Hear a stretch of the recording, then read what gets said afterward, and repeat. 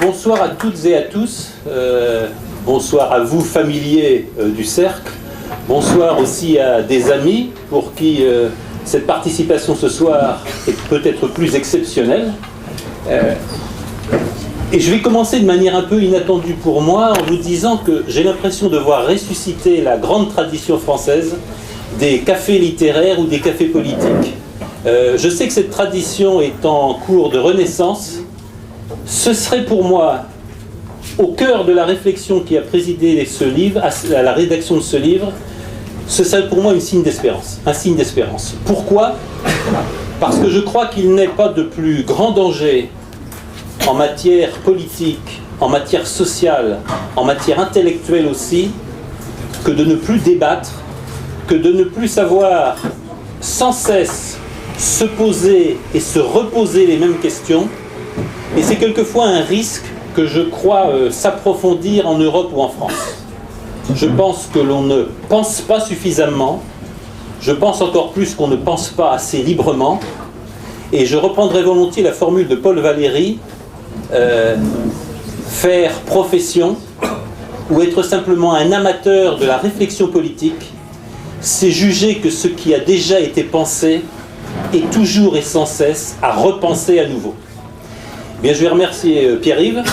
Je vais quand même remercier aussi le François Copé, qui nous accueille ce soir et qui, d'une certaine manière, fait renaître la grande tradition française, si riche et si fructueuse, du débat littéraire et du débat politique.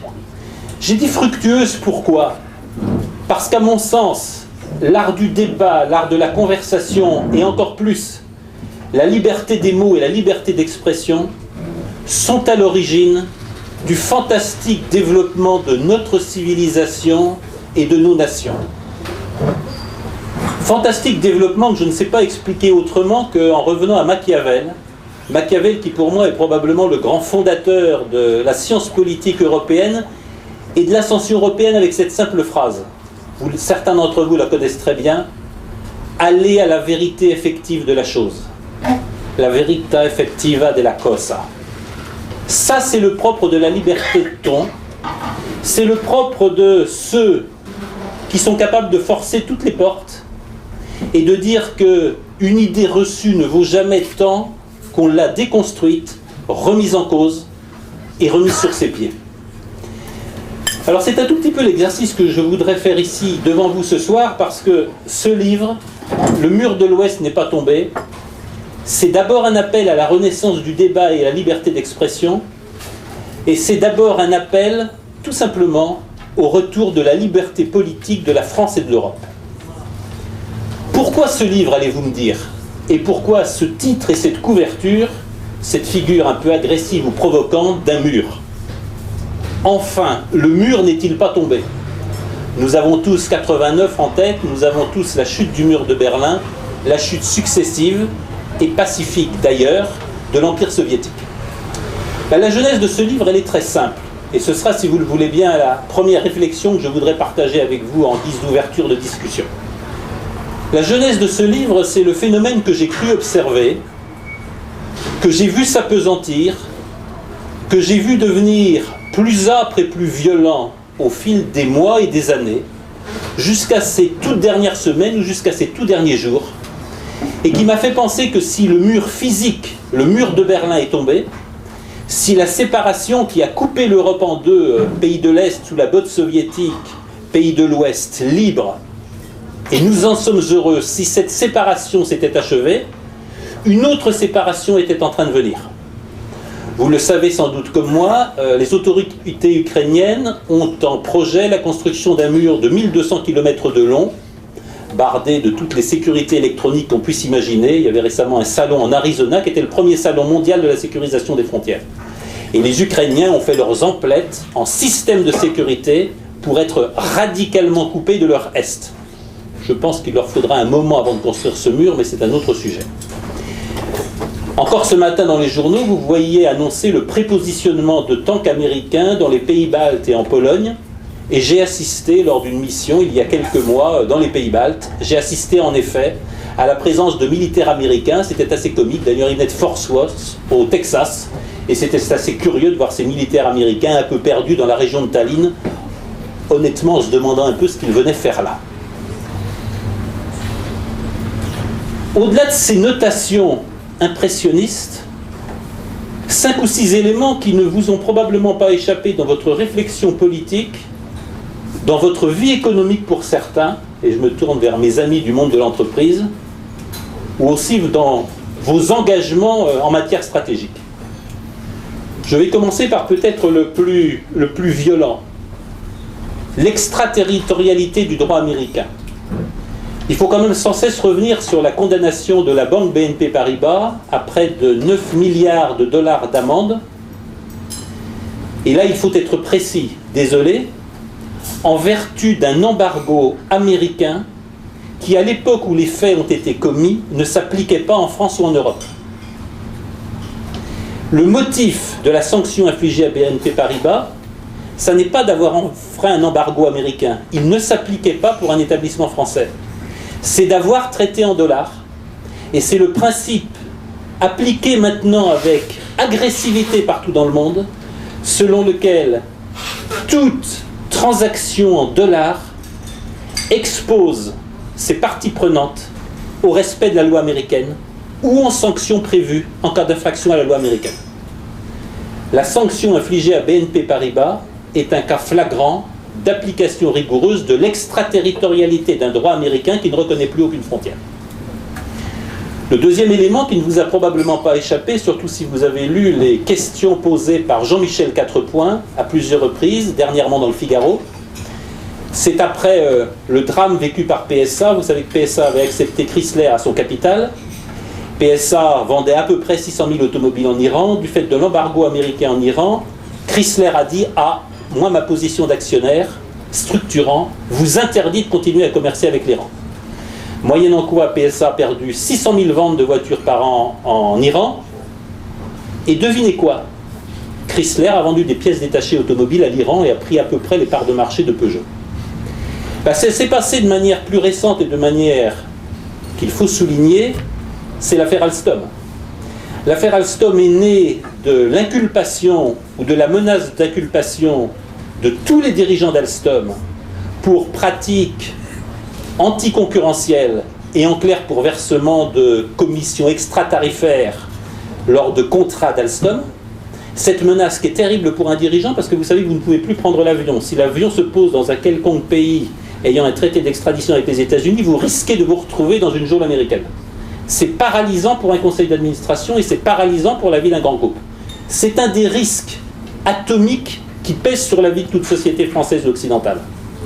Cette pression judiciaire mise sur la direction d'Alstom, des relais extraordinairement actifs dans le monde des affaires français, ont conduit à cette chose très simple. General Electric vient d'acquérir, vous le savez, la partie turbine nucléaire d'Alstom, ce qui signifie qu'à partir d'aujourd'hui, le nucléaire français est, si la Commission européenne et si l'Europe ratifient la transaction, le nucléaire français est de fait sous contrôle américain, puisque l'entretien des turbines indispensables à nos centrales nucléaires, comme indispensable à certains de nos équipements militaires, sera assuré par General Electric. Ce qui signifie qu'en cas d'embargo américain ou en cas de position américaine différente de celle de la France, General Electric appliquera naturellement la position qui lui sera dictée par l'intérêt national américain. D'une certaine manière, ça veut dire que le nucléaire français a renoncé à son indépendance. Il a renoncé à son indépendance par la voie d'une pression judiciaire avec peu de précédents. Je vous l'ai dit, je pourrais multiplier les exemples. Il y en a un troisième qui est assez choquant. Qui d'entre vous sait qu'à BNP Paribas, Total, Société Générale, une ou deux autres entreprises, siègent en permanence un ou une responsable de la conformité des actions et des opérations de l'entreprise à l'intérêt national américain? Pourquoi? Parce que ces sociétés ont à leur capital des fonds d'investissement d'origine nord-américaine de manière importante, et parce que, évidemment, ces sociétés font des transactions en dollars. Eh bien, cela justifie, vous pouvez le vérifier, qu'au siège de BNP Paribas, qu'au siège de la Société Générale, qu'au siège de Total, vous avez d'abord un ou une représentante, BNP Paribas c'est une représentante, qui vient récemment de déclarer qu'elle ne suffisait pas évidemment à contrôler toutes les opérations dans le monde de BNP Paribas et que donc elle recrutait une équipe à cette fin. Je suis désolé de le dire un peu brutalement, ça veut dire que d'ores et déjà ces grandes entreprises françaises sont passées dans le camp ou sous la dépendance de l'intérêt national américain. Je vous ai dit, on pourrait multiplier les exemples, et ils ne sont pas les seuls. Le quatrième exemple que je voudrais prendre, c'est celui de l'arbitrage. Les procédures d'arbitrage qui sont en train de se généraliser dans les relations d'affaires sont un moyen extraordinairement efficace pour s'émanciper de la loi, s'émanciper de la justice d'un pays et obtenir du juge qu'il arbitre, juge privé, qu'il arbitre en faveur du plus grand intérêt économique. Nous allons retrouver cette notion parce que c'est ce qu'on essaye de nous faire acheter à travers la ratification du traité de libre-échange transatlantique, et j'y reviendrai bientôt. Cinquième exemple, et il est tout récent, si vous lisez la petite chronique des votes du Parlement européen, et en l'occurrence des décisions de l'Office de protection des brevets, vous verrez que pour la première fois, l'Office européen de protection des brevets vient d'accepter de breveter pour une société britannique et une société israélienne des brocolis parfaitement naturels, mais dont ces deux sociétés ont mis en avant un principe actif, et d'ailleurs un principe qui a des vertus pharmaceutiques. On sait ce qu'il y a derrière. Ce qu'il y a derrière, c'est la pression de l'industrie américaine du vivant, pour faire simple Monsanto, qui souhaite que plus aucun élément de la vie et plus aucun accès à la vie et à la reproduction naturelle ne soit hors licence. Et en clair, je le dis comme c'est, si vous passez des semences de tomates à votre voisin, eh bien, il vous faudra payer une redevance. Si vous passez des plants de pommes de terre à vos voisins, il vous faudra payer une redevance. Ça, c'est la règle des semences de ferme.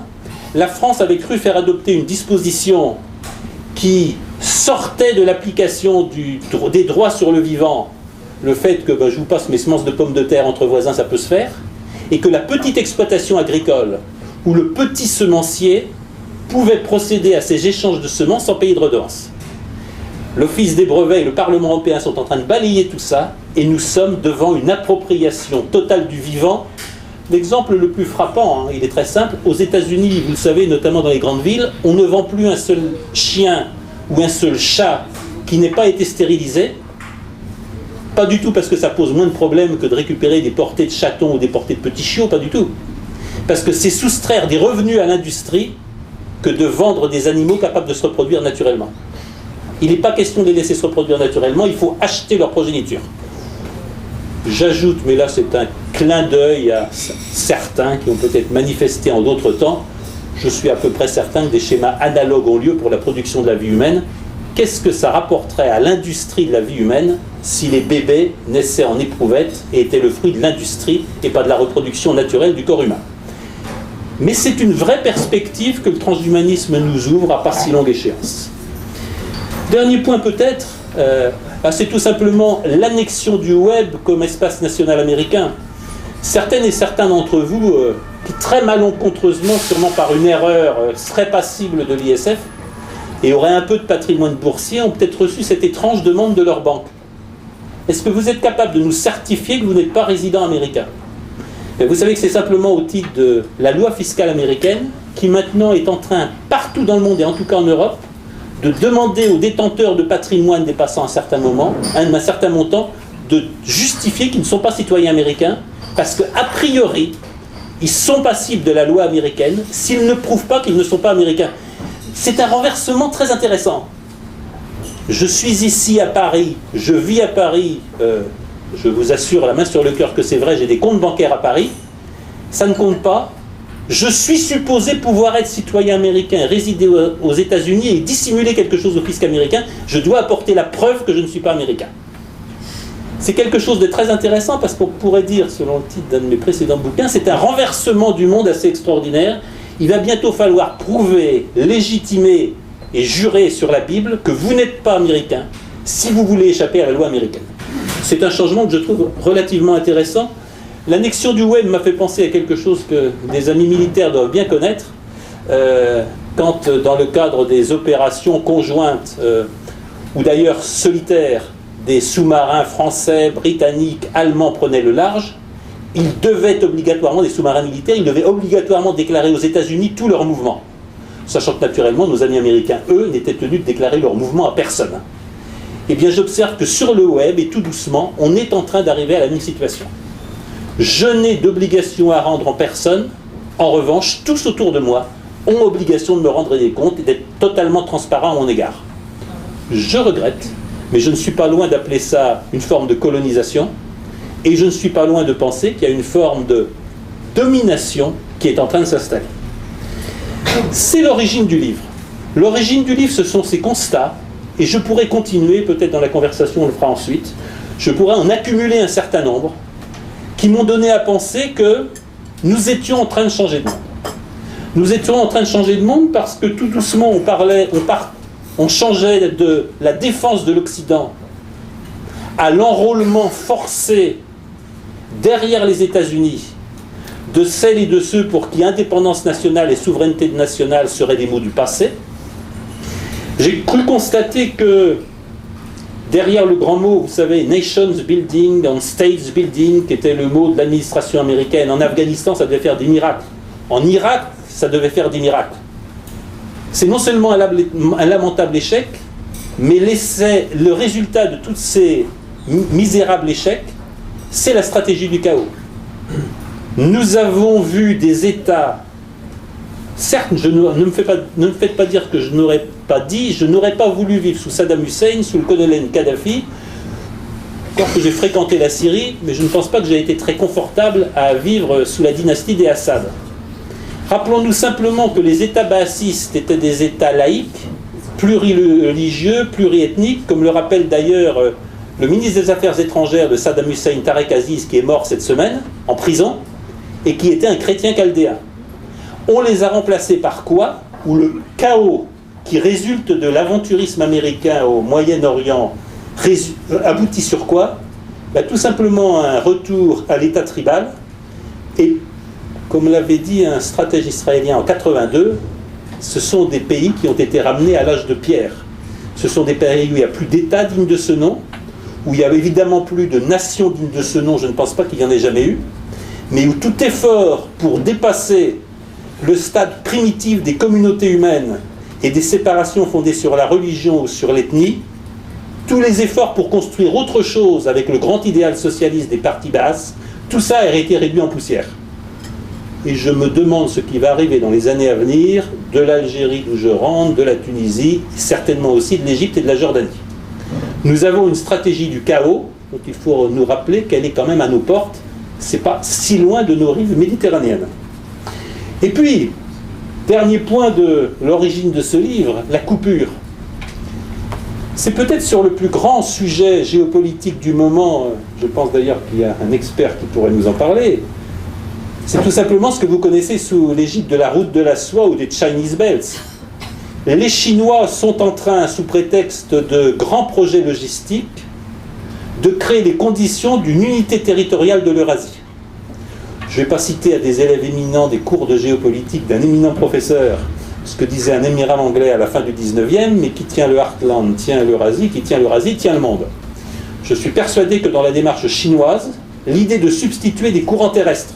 Vous savez que la semaine dernière, on a ouvert le premier train de Harbin à Berlin. Et vous savez que cette semaine doit être ratifié un accord entre les Russes et les Chinois. On dit que c'est un accord à 20 milliards de dollars qui va créer une autoroute tout temps, hors gel, et un TGV entre Pékin et Moscou. On n'imagine pas l'importance de ce projet parce que ce projet, c'est tout simplement l'unité d'un continent terrestre qui relèguerait les puissances de la mer, Grande-Bretagne, Japon, États-Unis, aux confins d'un monde qu'ils ne domineraient plus par aucun des moyens. Je crois que nous sommes là au cœur d'un enjeu stratégique majeur pour les Américains. Le traité transpacifique, d'un côté, doit tourner les côtes pacifiques, Mare Nostrum, vers l'ouest américain. Le traité transatlantique doit aspirer les forces de l'Europe vers les États-Unis. Et au milieu, je vais dire des choses coupables et que certains me reprocheront, ça serait pas mal qu'il y ait un État islamique dans le Caucase ou dans l'Asie centrale. Ça serait pas mal qu'il y ait des foyers de conflit, par exemple qu'il y ait un peu plus d'agitation en Macédoine, par exemple qu'on réveille 2 ou 3 choses entre la Serbie, le Kosovo, etc. Et ça ne serait pas mal d'avoir un foyer de tension durable qui, de l'Ukraine, pourrait remonter un peu au nord.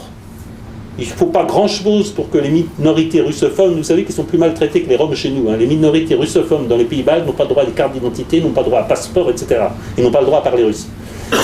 Il suffirait d'assez peu de choses pour réveiller là-bas des irrédentismes et avoir achevé ce grand projet géopolitique qui est une cassure pour une génération au moins de l'Europe en deux. Alors quand j'ai dit cela, j'ai un peu achevé sur les constats. Je vais me permettre de poursuivre sur évidemment les questions que pose ce livre. La question globale que pose ce livre est simple. Si le mur de l'Ouest n'est pas tombé, il est bien temps de s'en rendre compte. Et je crois qu'il est temps de s'en rendre compte parce que nous vivons un moment tout à fait exceptionnel. Nous vivons un moment où, pour la première fois dans l'histoire de l'Europe depuis très longtemps, la majorité des idées qui nous animent et qui nous possèdent ne sont plus des idées d'origine européenne. Je vous en étonne peut-être, mais je vais prendre 2-3 mots que mes amis d'entreprise connaissent mieux que moi. Gouvernance, ce n'est pas un mot français ou européen, c'est un mot d'importation américaine qui arrive dans le vocabulaire des financiers. À l'époque, je travaillais avec la Bourse de Paris. On a vu ce mot-là débouler. On a vu ce mot-là débouler à la FEP et dans les lobbies patronaux au début des années 90. C'est Lord Cadbury qui a commencé à Londres, etc. Et c'est un mot qui est totalement sorti de Wall Street. C'est un mot qui a institutionnalisé le pouvoir de l'actionnaire sur l'entreprise. Conformité, c'est pas un mot français. D'ailleurs, vous auriez dit conformité il y a 20 ans, vous auriez juste été un triste cire et un empêcheur de converser en rond. Conformité était un mot affreux à bannir. C'est très drôle d'ailleurs de voir certains qui se réclament héritiers de mai 68, de la liberté de parole, etc., hurler dès qu'on manque à la conformité. Voilà, être conforme, c'est une des expressions les plus banalisantes et les plus décevantes que je connaisse. La conformité est à l'honneur dans les entreprises et vous n'entendez que ça dans les conseils d'administration. Conformité à qui, à quoi, c'est un autre sujet. Les mots d'attractivité et de compétitivité du territoire sont des mots d'importation, avec tous ces classements plus ou moins surréalistes qui prétendent dire si une ville, si une grande école, si une entreprise est compétitive. J'ai assisté à la grande manipulation de Better Place to Work. Il faut savoir que Better Place to Work a une extraordinaire publicité. Les premières années, il y avait à peu près 20 entreprises qui répondaient. Et comme il y avait différents classements, vous étiez sûr d'être lauréat. Et comme toute la presse reprenait, ça faisait pour des entreprises, très honnêtement, qui n'avaient aucune raison d'être connues du grand public, ça faisait une publicité extraordinaire. Il faut savoir que les classements des grandes écoles sont à peu près aussi viciés. Il faut savoir que la France a été très mal classée dans le classement Doing Business pour une raison qui vous a peut-être échappé. Je ne sais pas si, comme moi, vous avez beaucoup de mal à voir l'électricité en France. Mais vous ne savez pas que pour une entreprise, la France est au rang des pays en voie de développement parce que c'est très difficile d'avoir de l'électricité. Ben, c'est pour une raison bien simple. C'est que dans le classement, qui est un classement d'inspiration américaine, la capacité à avoir de l'électricité est proportionnelle au nombre d'entreprises en concurrence. Ça veut donc dire que quand il y a un monopole, et ça a commencé au moment où il y avait un monopole ou un quasi-monopole d'EDF, puis après un monopole un peu partagé avec d'autres, ben, si vous n'avez qu'un monopole, vous ne pouvez pas avoir l'électricité. Et donc la France était au rang des pays en voie de développement où il faut un générateur, parce que s'il y a un seul fournisseur, c'est qu'il n'y a pas d'accès à l'électricité. Il faudra un jour dénoncer le côté complètement fallacieux de classements qui envahissent les journaux, qui envahissent les médias, qui font des tribus qui ne reposent littéralement sur rien. Ça, c'est un vrai travail, si certains ont envie de s'y atteler, démonter les indicateurs qui sont des indicateurs creux, qui ne contiennent aucune vérité, mais qui permettent des opérations de manipulation gigantesques. Nous ne pensons plus avec nos propres concepts, nous nous sommes laissés dominer par des concepts qui viennent d'ailleurs. C'est évidemment encore beaucoup plus vrai en matière de management ou de conduite des entreprises. Deuxième élément de cette situation stratégique tout à fait particulière, c'est tout simplement l'épuisement des grands cadres structurants sur lesquels nous avons vécu, et qui sont en train de mourir de leur belle mort les uns après les autres. Qui croit encore que les accords de Bretton Woods continuent de gérer le monde ? Certaines et certains savent bien que depuis la décision de Nixon en août 71 de suspendre la convertibilité du dollar, décision entérinée par les accords de la Jamaïque, le dollar s'est institué par le simple privilège de l'hyperpuissance en monnaie de règlement des échanges mondiaux. sans qu'aucun autre pays participe à la gestion du dollar, et sans que le dollar puisse être considéré comme assurant un quelconque équilibre équitable des échanges. On est en train d'en sortir. Et on est en train d'en sortir parce que pas à pas, sans bruit et sans provocation, la Chine est en train de créer un système de règlements internationaux alternatifs au dollar. Et je pense que le moment n'est pas long où certains pays vont couper les ponts. Les menaces qui ont pesé sur la Russie d'être coupés du système de règlement interbancaire ont marqué. Je pense que le moment n'est pas long où certains pays vont dire qu'ils rompent les ponts avec les systèmes d'obédience américaine pour passer dans d'autres systèmes de règlements internationaux. Je crois que c'est tout prêt. FMI, Banque mondiale, etc. Vous savez ce qui se passe avec les investissements dans la banque de financement des infrastructures asiatiques, banque à laquelle, en dépit des objurgations américaines et la Grande-Bretagne, ensuite la France et l'Allemagne se sont ralliés. Et là, nous sommes bien sur une solution totalement alternative au FMI et à la Banque mondiale. J'irai un pas plus loin. L'ordre né de la Seconde Guerre mondiale, les Nations Unies, la Déclaration universelle des droits, de partout maintenant, nous revient l'idée que cette déclaration, qui était parfaitement acceptable quand c'était une déclaration de grands principes, qui en gros s'appliquait fort peu dans la réalité.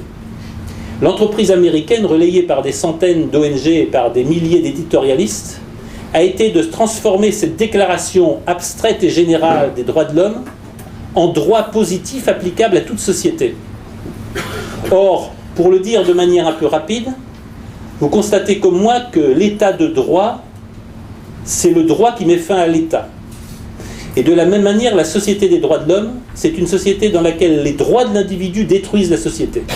Parce que la capacité donnée à chacune et à chacun de se revendiquer de ses droits individuels contre le groupe auquel il appartient, contre la communauté qui est seule capable d'honorer ses droits, en gros, chaque individu a un chèque en blanc sur la société qui n'a aucun moyen de faire valoir qu'elle aussi, collectivement, elle a peut-être des exigences et elle a peut-être des devoirs à formuler à l'encontre de l'individu.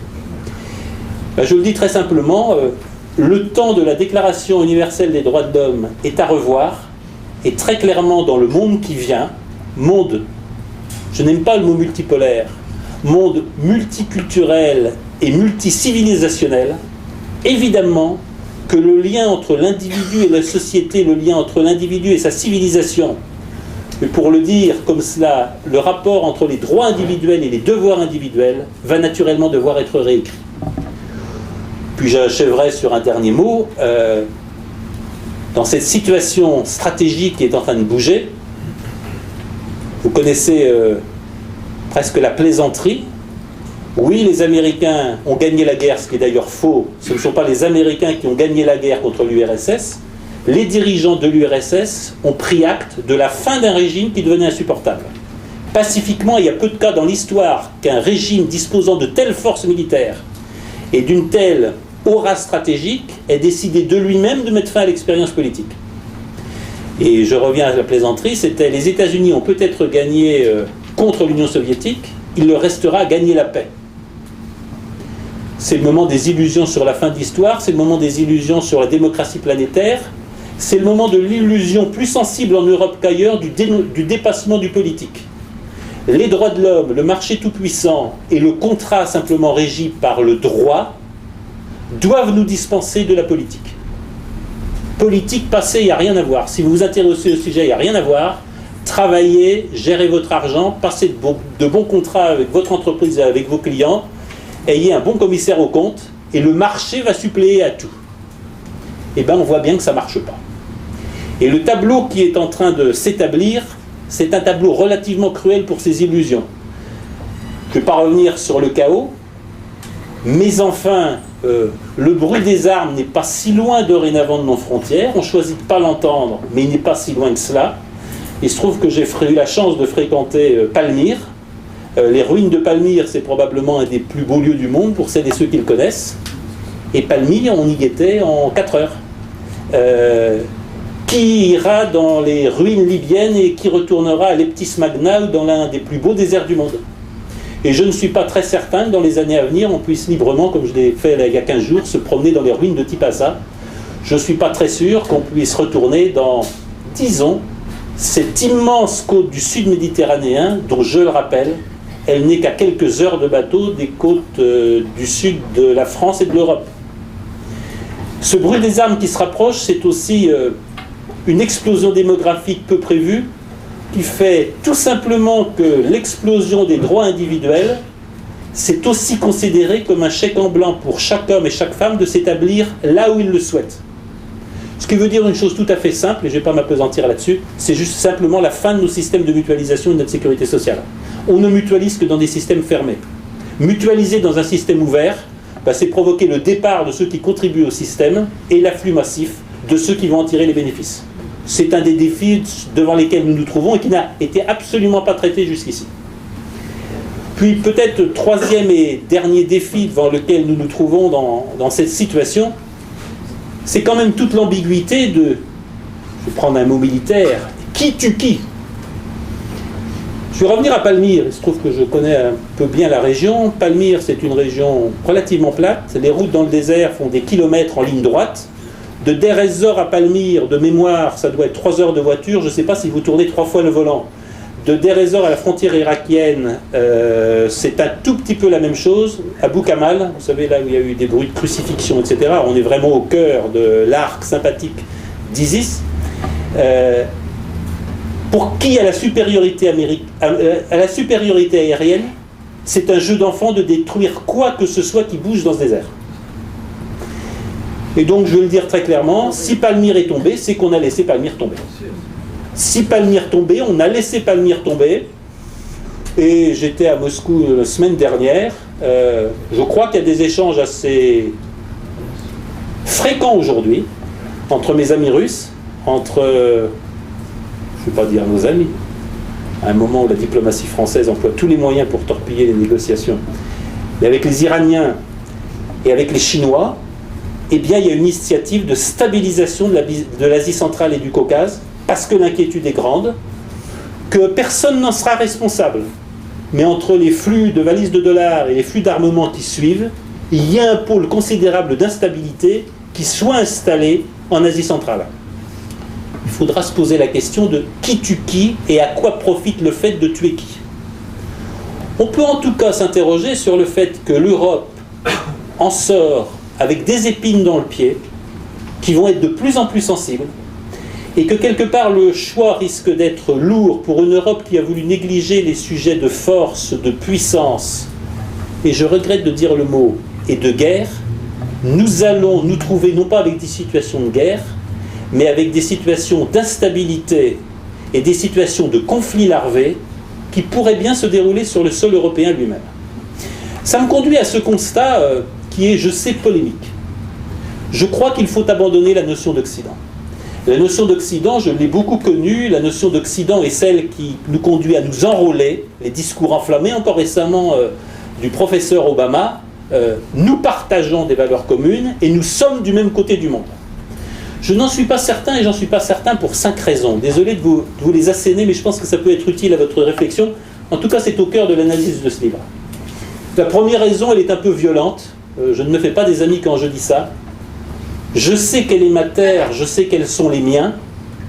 Je suis quelque part un indigène de mon Morbihan natal. Les Américains sont des colons qui ont exterminé leurs indigènes. Et je crois qu'il y a là un facteur de différenciation absolument considérable entre les colons américains et la majorité des Européens qui demeurent des hommes de leur terre, d'un lieu et d'une lignée. Je dis ça, merci.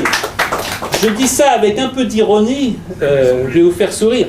Je suis très impressionné de la rapidité avec laquelle, 2 générations, une partie des migrants d'autres pays européens, et même quelquefois du Sud, deviennent plus autochtones que les autochtones. J'ai un exemple dans un petit village normand où les Italiens venus au moment de troubles au milieu du siècle étaient probablement plus identitaires que les natifs de ce coin de Normandie. Il y a un phénomène européen là, qui est totalement à rebours du phénomène américain, que je ne critique pas, c'est comme ça. Mais c'est une terre de colons qui ont tué jusqu'au dernier, il y a des passages un peu amusants dans le livre là-dessus, qui ont tué jusqu'au dernier les indigènes, et dont le principe c'est celui qui met la terre en valeur est le propriétaire de la terre. Si vous mettez moins la terre en valeur que moi, dégagez, la terre m'appartient. On peut faire remonter ça à Hobbes et à Locke, c'est de conséquences terrifiantes dans le monde qui vient, où je crains fort que les colons ne s'approprient la surface entière de la terre au nom du « vous n'en tirez pas le bénéfice maximum », la terre appartient à celui qui en tire le bénéfice maximum. Nous sommes là sur des conceptions idéologiques et humaines totalement opposées.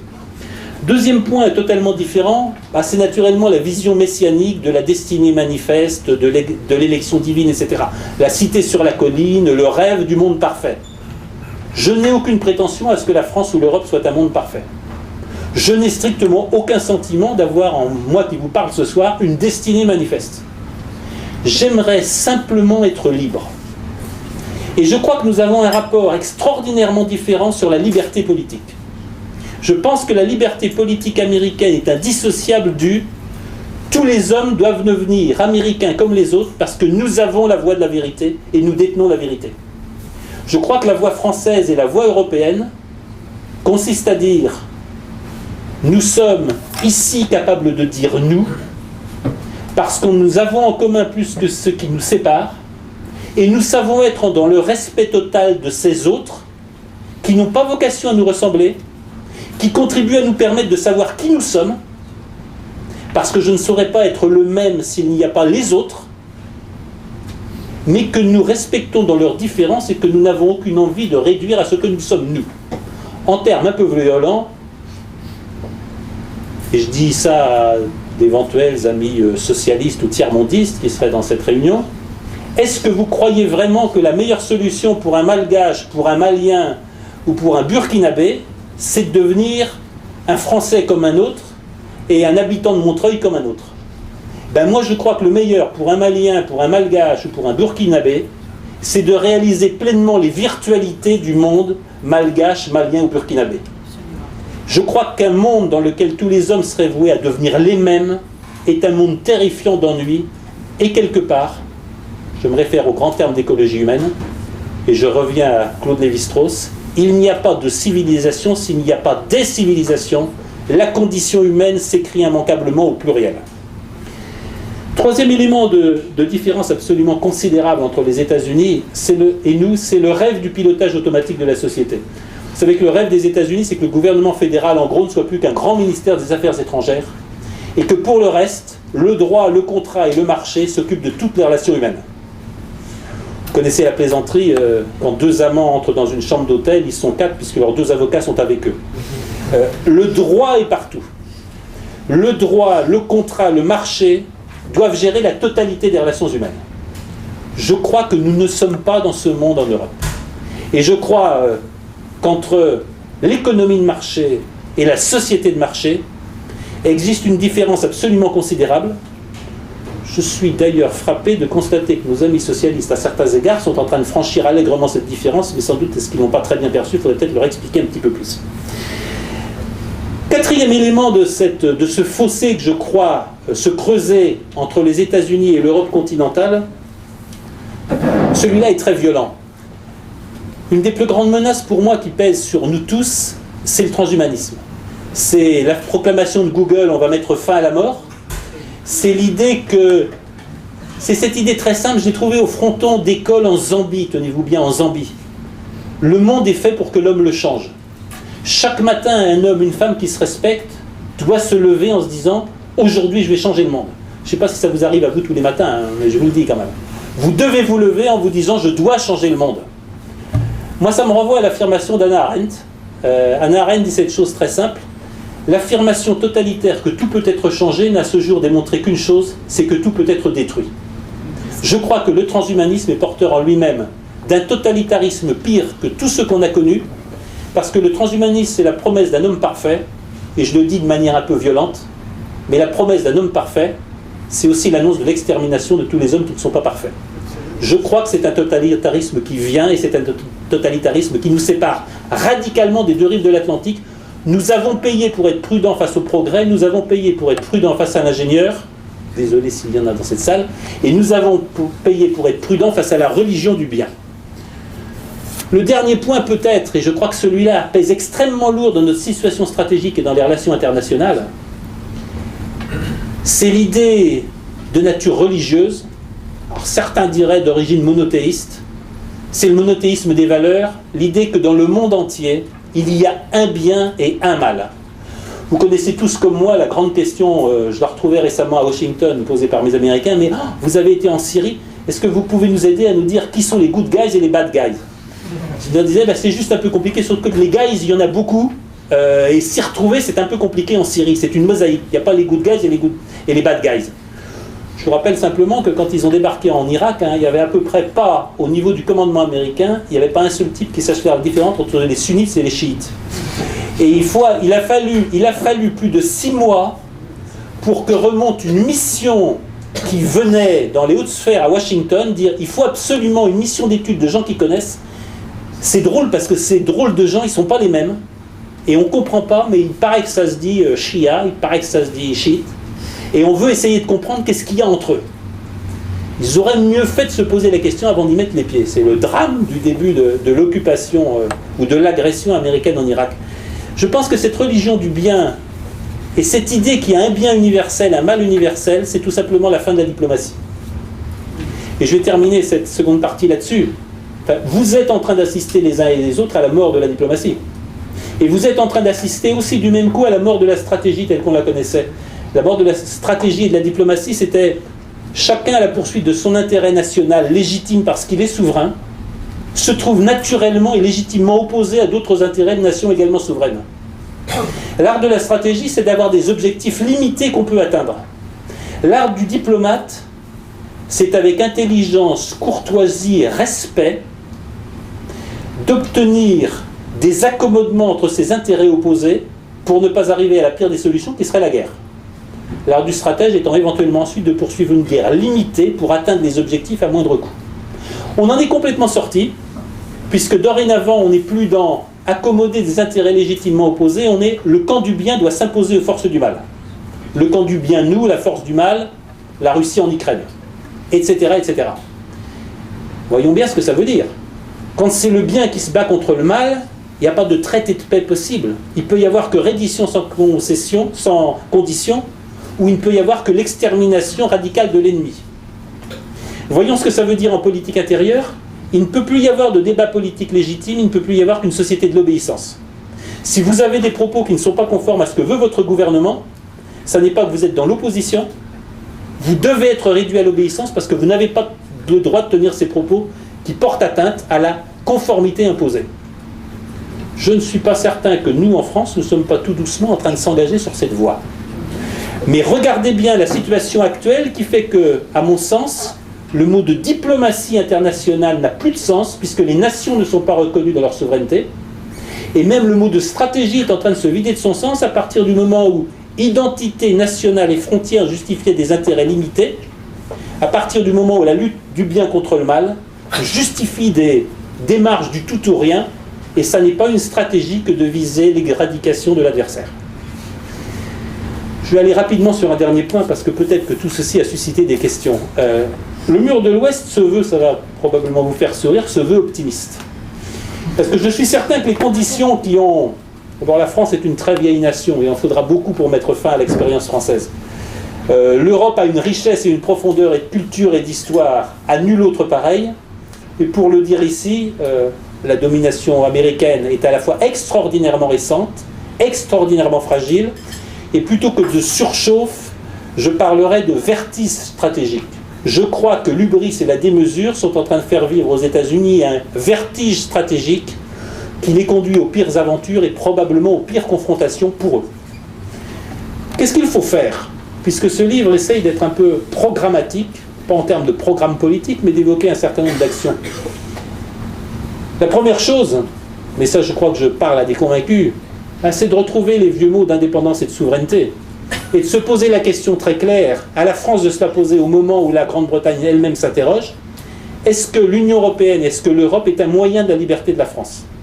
Est-ce que l'Union européenne a accru le rayonnement de la France, a accru sa capacité à décider elle-même de ses choix et de son destin, dans l'intérêt commun, partagé et négocié des autres peuples européens, au premier rang desquels l'Allemagne ? Si tel n'est pas le cas, et si l'Union européenne avait été l'objet d'un asservissement à des puissances extérieures, il faudrait dire qu'elle a manqué son objet. Il faudrait travailler avec la Grande-Bretagne à la remettre sur ses fondements, où il faudrait travailler à faire autre chose. Le deuxième constat que je partage probablement avec beaucoup d'entre vous, et ceci me sépare d'une partie de ceux dont, par ailleurs, je partage beaucoup d'opinions, c'est quand même la conscience partagée, n'est-ce pas Eric, de la présence au monde de la France. Constatons bien que la France et la Grande-Bretagne en Europe sont les seules nations qui ont touché à l'universel, c'est les seules nations dans lesquelles, je le dis avec un peu d'émotion, quand vous dites que vous êtes français, de Pékin à Antananarivo et de Maputo au Caire, ou ô combien à Rio, mais aussi à Lagos, il y a une émotion dans le regard de celle ou de celui qui vous regarde, et combien dans la haute administration, dans les dirigeants politiques, vous parle de Victor Hugo, vous parle de Zola, vous parle des conquêtes de la France.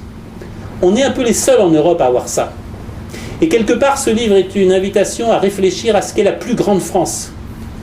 Ne commettons pas l'erreur dans laquelle veulent nous entraîner nos amis allemands, qui consiste à nous couper radicalement de tout ce qui est au sud, de tout ce qui est très loin à l'est, eux s'en occupent, ça ils ont des idées très claires là-dessus, de tout ce qui est à l'ouest, pour devenir en quelque sorte un petit cap à l'ouest de l'Europe coupé de tout. La France n'est pas la France sans quelque part, évidemment, l'arc francophone, mais sans quelque part cette présence exceptionnelle au monde qui fait que la France, je le crois beaucoup plus que les États-Unis, probablement à égalité avec la Grande-Bretagne et avec pas grand monde d'autres, la Russie certainement. Nous sommes des pays riches en monde. J'étais encore récemment avec une ancienne élève de cours primaire à Moscou qui me disait leur émotion quand, à la fin des années 80, on leur disait l'hiver est froid, c'est bon de manger des légumes. Eh bien, savez-vous ce qui s'est passé aujourd'hui? Nos amis du Mozambique nous envoyaient des pamplemousses. Et toute la classe se levait, applaudissait parce que du Mozambique étaient arrivés des pamplemousses à Moscou. La Russie a une extraordinaire présence au monde, on l'oublie. Combien d'ingénieurs, combien de médecins, combien de chirurgiens, combien d'architectes, partout dans le monde ont été formés en Russie. C'est quelque chose que ces trois puissances européennes, la Grande-Bretagne, la France et la Russie, partagent. Attention à ce que l'Europe ne nous coupe pas et attention à ce que l'Europe ne nous conduise pas à devenir une petite France enrôlée dans de petits combats et avec de petits espoirs pour de petits rentiers. Ça c'est un mot facile, mais je pense que la pente est là. Troisième mot sur les propositions, il est très clair, faut se battre contre le traité de libre-échange transatlantique. Le traité de libre-échange transatlantique, c'est la fin des préférences collectives européennes en matière alimentaire, sanitaire, etc. Je ne vais pas faire un long cours. L'élément le plus grave, c'est je suis résolument contre les 35 heures. À partir du moment où la représentation légitime et le gouvernement français ont décidé des 35 heures, ils ont la légitimité pour l'adopter. Vous savez qu'au titre du traité de libre-échange transatlantique, la France ne pourrait pas adopter les 35 heures parce que les sociétés à capitaux américains et autres viendraient dire « Ah, vous nous remboursez le manque à gagner ». J'ai eu une longue discussion à cet égard tout récemment avec l'ambassadeur d'Équateur en France. L'Équateur est le premier État au monde qui a inscrit la protection de la nature et de son environnement dans la Constitution. Et donc l'Équateur a imposé des règles strictes à l'exploitation minière, aux coupes de bois et à l'empoisonnement des eaux. Eh bien, les sociétés américaines exploitantes ont poursuivi l'Équateur devant des cours d'arbitrage international et lui demandent des milliards de dollars à ce petit État du centre de l'Amérique latine en indemnisation du manque à gagner parce qu'elles ne peuvent pas polluer les eaux, détruire les forêts et se livrer à tout ce qu'elles veulent, y compris dans des parcs nationaux. On est en train d'avoir les mêmes phénomènes en Afrique et je vous laisse à penser ce qui se passe si la Chine s'empare du même raisonnement. On assistera là probablement à, disons, une mise en coupe réglée d'un certain nombre de territoires de manière assez spectaculaire. Quatrième, et je m'arrête bientôt, rassurez-vous, quatrième point vital, ce livre essaye de vous le rappeler. Il y avait une déclaration absolument fondamentale lors des négociations de Coyococ, c'était au Mexique en 1974, c'était l'un des grands derniers sommets des non-alignés. Les non-alignés, la Chine, l'Algérie, il y avait des observateurs français, avaient sorti un long communiqué, et ce communiqué disait que les droits de l'homme, évidemment que personne n'a envie d'être emprisonné, etc., torturé, exécuté sans jugement, etc., mais qu'il fallait absolument associer à ces droits de l'individu des droits de la collectivité, et notamment des droits de toute communauté humaine à bénéficier de sa sécurité environnementale, religieuse, morale et culturelle. En gros, une société n'a pas à être agressée de l'extérieur par des gens qui vont tuer sa langue, détruire sa culture, instaurer une religion d'importation et modifier ses lois. Cette déclaration de Koyokok a été adoptée à la quasi-unanimité des pays non alignés. L'Éthiopie était à cette époque au premier rang d'ailleurs du combat. Et elle a été bloquée par un très long télégramme de Kissinger ayant expliqué que ça nuirait au commerce et à l'intérêt national américain.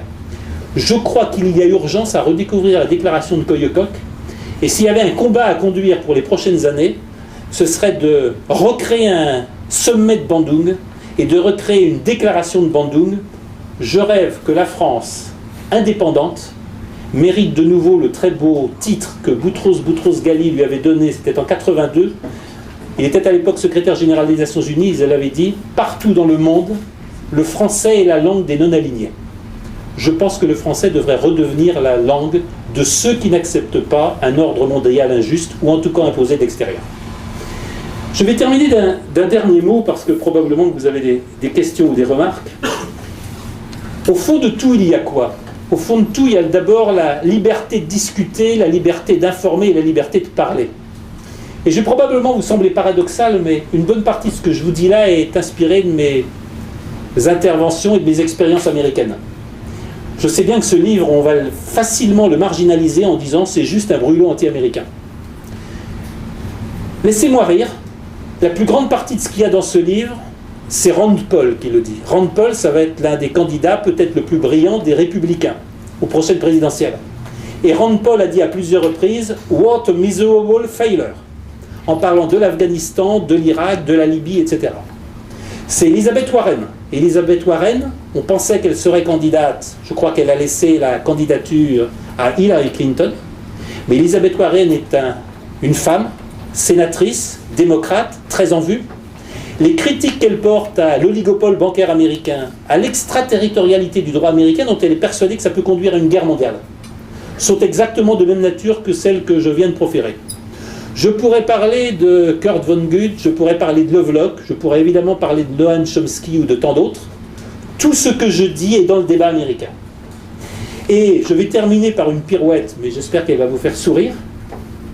Finalement, s'il faut faire tomber le mur de l'Ouest, c'est tout simplement pour reprendre notre liberté, c'est tout simplement pour avoir cette préférence pour nous-mêmes, cette liberté de ton, et cette capacité sur tous les fronts à défendre nos intérêts sans se laisser dicter nos leçons d'extérieur.